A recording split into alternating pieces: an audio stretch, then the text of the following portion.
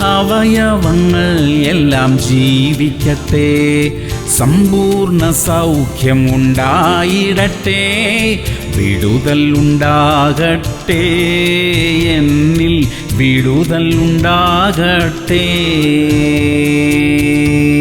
മത്തായി 20:32. യേശു നിന്ന് അവരെ വിളിച്ചു, ഞാൻ നിങ്ങൾക്ക് എന്ത് ചെയ്യണമെന്ന് നിങ്ങൾ ഇച്ഛിക്കുന്നു എന്ന് ചോദിച്ചു. പ്രിയമുള്ളവരെ, യേശു ക്രിസ്തു രോഗികളെ സൗഖ്യമാക്കുന്നു, ആവശ്യങ്ങളെ നിറവേറ്റുന്നു. നമ്മുടെ ആവശ്യങ്ങളെ കർത്താവിനോട് വ്യക്തമായി പറയുമ്പോൾ അവിടുന്ന് നമുക്കായി പ്രവർത്തിക്കുന്നു.